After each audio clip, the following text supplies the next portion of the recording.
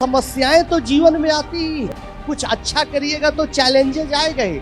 आप बिना चैलेंज के कभी कुछ भी किसी को नहीं मिला है। आप सोचिएगा कि हाँ बिंद्रा जी आपको समझा दिए कि 2 पॉपकॉर्न, एक छोटा एक बड़ा, आप भी दुकान पर सजा दीजिएगा और कहिएगा कि भाई खरीद लो और बड़ा आदमी बनेंगे। नहीं, आ जाएगा गुंडा।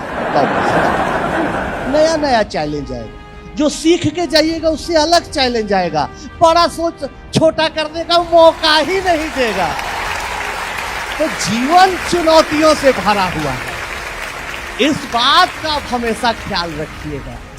आपका दुकान है बगल में, आप बड़ा छोटा पॉपकॉर्न सजाए हुए हैं, अच्छे से काम कर रहे हैं, मेहनत से काम कर रहे हैं, मकान मालिक को लगा कि भाई तो कमा रहा है, भाई कल आप दुकान खाली करें।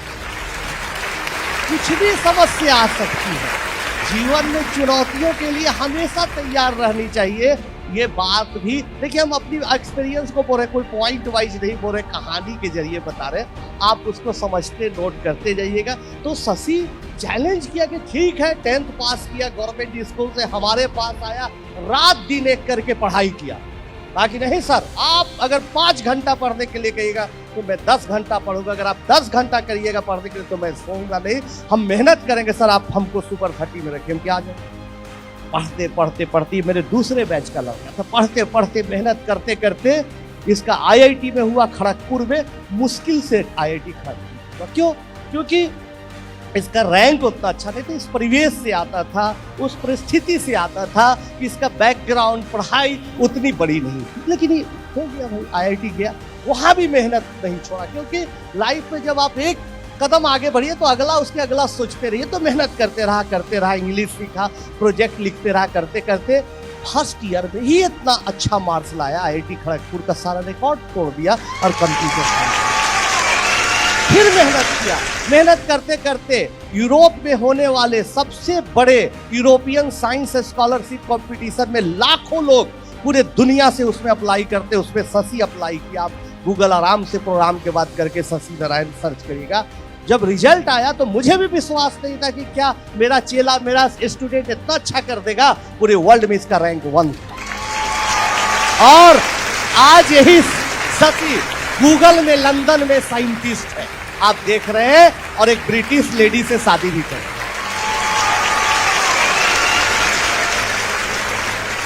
मेरा भी जन्म आप फिल्म में देखे थे, बहुत गरीब घर में हुआ।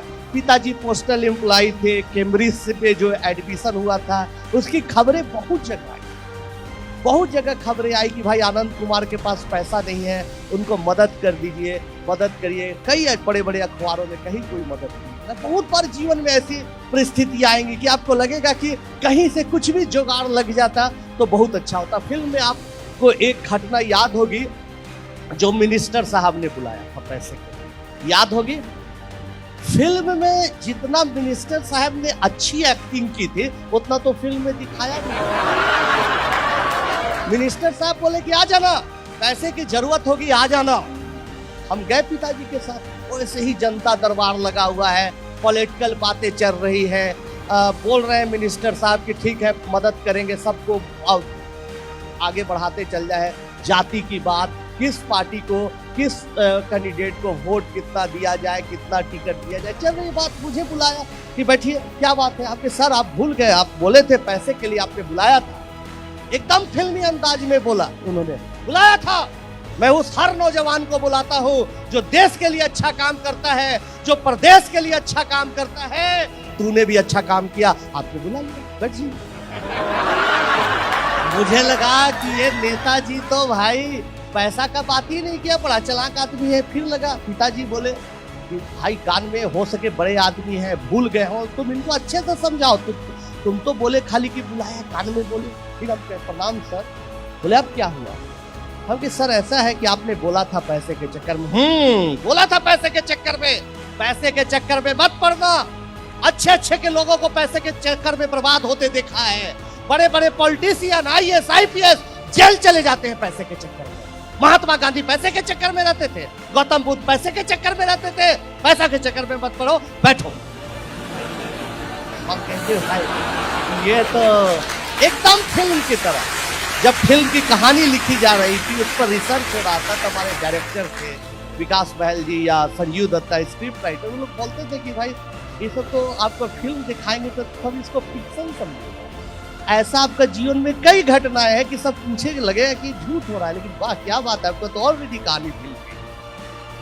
तब फिर तीसरी दफा हम लोग निराश होकर निकल रहे थे। पिताजी कहे बेटा एक बार और ट्राई लो, साफ बोलो इनको कि विदेश जाना है। हम बोले सर प्रणाम, मुझे विदेश जाना। कहाँ जाना है? हमें सर इंग्लैंड जाना है, कैम्ब्रिज जाना। ओ इंग्लैंड जाओ, अमेरिका जाओ, जापान और जर्मनी भी जाओ, अच्छा अच्छा काम करो, लेकिन इस मिट्टी को जहां बिहार में तुम जन्मे हो कभी नहीं बोलना। इसी मिट्टी पर महावीर को कर्मभूमि रही है, गौतम बुद्ध को ज्ञान प्राप्त हुआ है, वापस यहाँ आके गिव बैक टू सोसाइटी करना। जाओ हैप्पी। फिल्म में इसी कारण दिखाया गया, लेकिन क्लाइमेक्स फिल्म में नहीं दिखाया गया। फिल्म की अपनी एक छोटी सी उम्र होती है, टाइम होता है, उसी में दिखाया जाता है। फिर इसके बाद जो फिल्म में नहीं दिखाया गया वो पार्ट बता रहे हैं। हम पिताजी के साथ गए, बाहर गए, सड़क के उस तरफ चाय बिक रही थी, मंत्री जी के क्वार्टर के ठीक ऑपोजिट ठेले पर चाय बिक रही थी। हम पिता पुत्र चाय पी रहे थे। चाय वाला पिताजी से पूछा कि बेटा नौकरी मांगने गए थे क्या? डांट सुन क्या है क्या? एकदम चेहरा दोनों का ऑफ है। पिताजी बताए नहीं भाई ऐसी ऐसी बात है। चाय वाला गर्म हो गया। कौन भेज दिया इस मंत्री के पास आपको? कैसे गए? जो आदमी 3-4 महीने से मेरा उधार चाय मंगवा के पीता है, पैसा नहीं देता है, वो क्या आपको पैसा देगा? तो दोस्तों ये देश में बदलाव उसी वक्त आएगा जब आप लोग अच्छा व्यापार करेंगे। इस देश में बदलाव उसी समय आएगा जब आप लोग कोई नया इनोवेशन करेंगे। देश आपके सहारे है, राजनीतिज्ञों के सहारे नहीं है। इसको आप हमेशा नोट करिए। आप कितना अच्छा काम करते हैं ये महत्वपूर्ण है। आप कितना देश को टाइम देते हैं ये महत्वपूर्ण है। इसलिए आप इसको करिए, बहुत अच्छा है। बहुत बहुत धन्यवाद। बैठिए।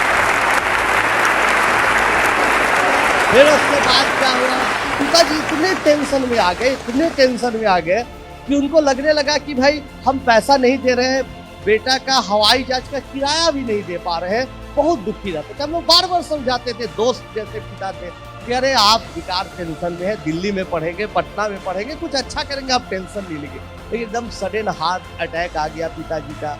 पूरा बारिश हो गई थी, मुश्किल से हॉस्पिटल ले गए, वहाँ उनको मृत घोषित किया। तब माँ पापड़ बनाने लगी। उस समय देखिए दोस्तों ऑप्शन था। ये फिर एक अच्छी बात है।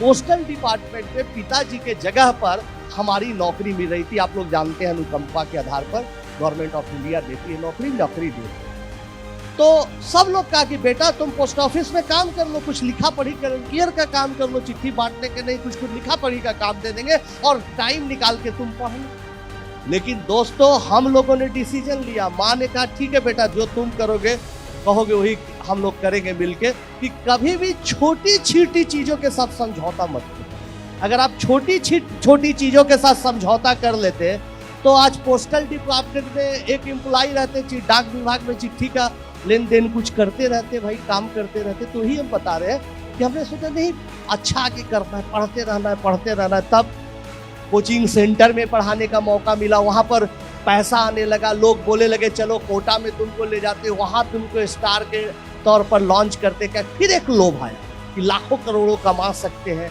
बहुत कुछ अच्छा कर सकते हैं। लेकिन दोस्तों फिर वहाँ पर हमने अपने आप को कंट्रोल किया कि नहीं, जो गरीब बच्चे जो फिल्म में देखा, जो बच्चों को दिखाया, वैसे बच्चों को देख के लगा कि अभी छोटी छोटी चीजों का त्याग करिए और अपने मिशन पर लगे रहिए। हमारे जैसे लाखों करोड़ों इस देश में बच्चे हैं, नौजवान हैं जो पैसे के अभाव में नहीं पढ़ रहे, उनके लिए काम करिए। तब सुपर 30 चलने लगा। मेरा भाई प्रणव है जो फिल्म में देखे थे, वो साथ देने लगा, पढ़ाई चलने लगी। माता जी आप देख रहे हैं खाना बना रही हैं, ये हमारी माता जी है, खाना बनने लगा, बच्चे पढ़ने लगे। तब आया डोनेशन का मौका। जब आपका नाम हो जाएगा, विवेक जी का आज नाम है, सब लोग आते हैं। लेकिन सोचिए विवेक जी जब शुरू किए होंगे, कोई नहीं सुनने आता होगा, कोई विश्वास नहीं करता होगा।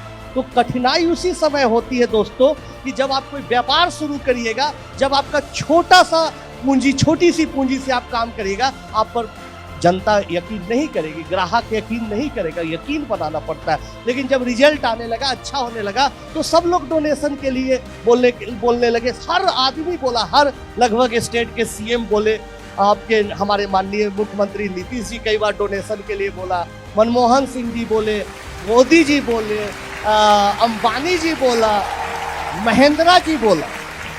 लेकिन दोस्तों फिर हमने समझौता नहीं किया। आज तक हमने 1 रुपया किसी से कोई चंदा नहीं। कहीं जाके कुछ बोलते हैं, कहीं जाके कुछ पढ़ाते हैं, 2 पैसा आता है, इसी से हमारा परिवार और सुपर 30 के 300 बच्चों का भोजन भात चलता है। 1 पैसा नहीं लिया।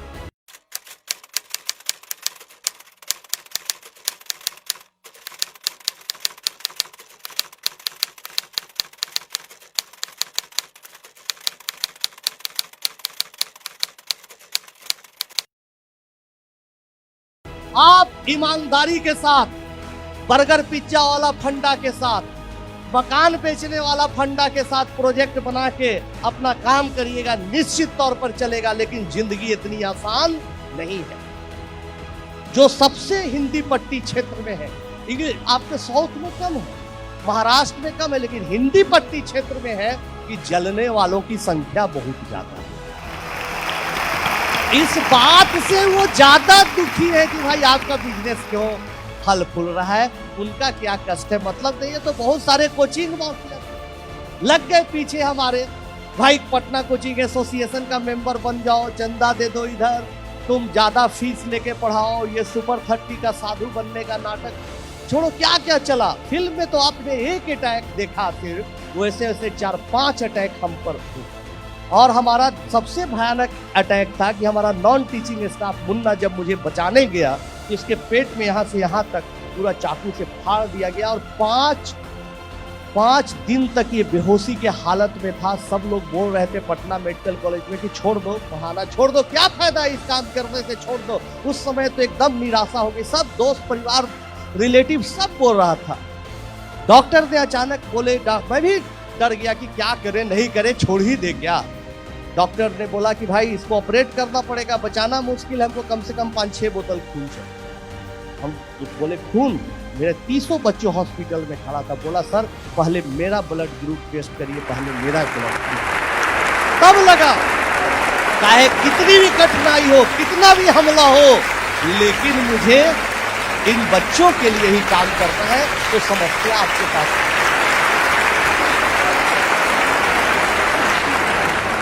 सर, एक्चुअली मैं भी, मेरा वर्ल्ड की टॉप यूनिवर्सिटी में सिलेक्शन हुआ तो यूरोप नहीं जा पाया। मैं भी एक कुछ कंट्रीब्यूट करना चाहता हूँ। मैं आपसे ये पूछना चाहता हूँ, इतना डिटर्मिनेशन, इतना डेडिकेशन, इतना पेशेंस कि अपनी पर्सनल हैप्पीनेस को सेक्रीफाइस करके आज पूरी दुनिया के लिए आप इतना बड़ा काम कर रहे हैं, इतना मोटिवेशन कैसे आ गया सर आपके अंदर? बहुत अच्छा सवाल है।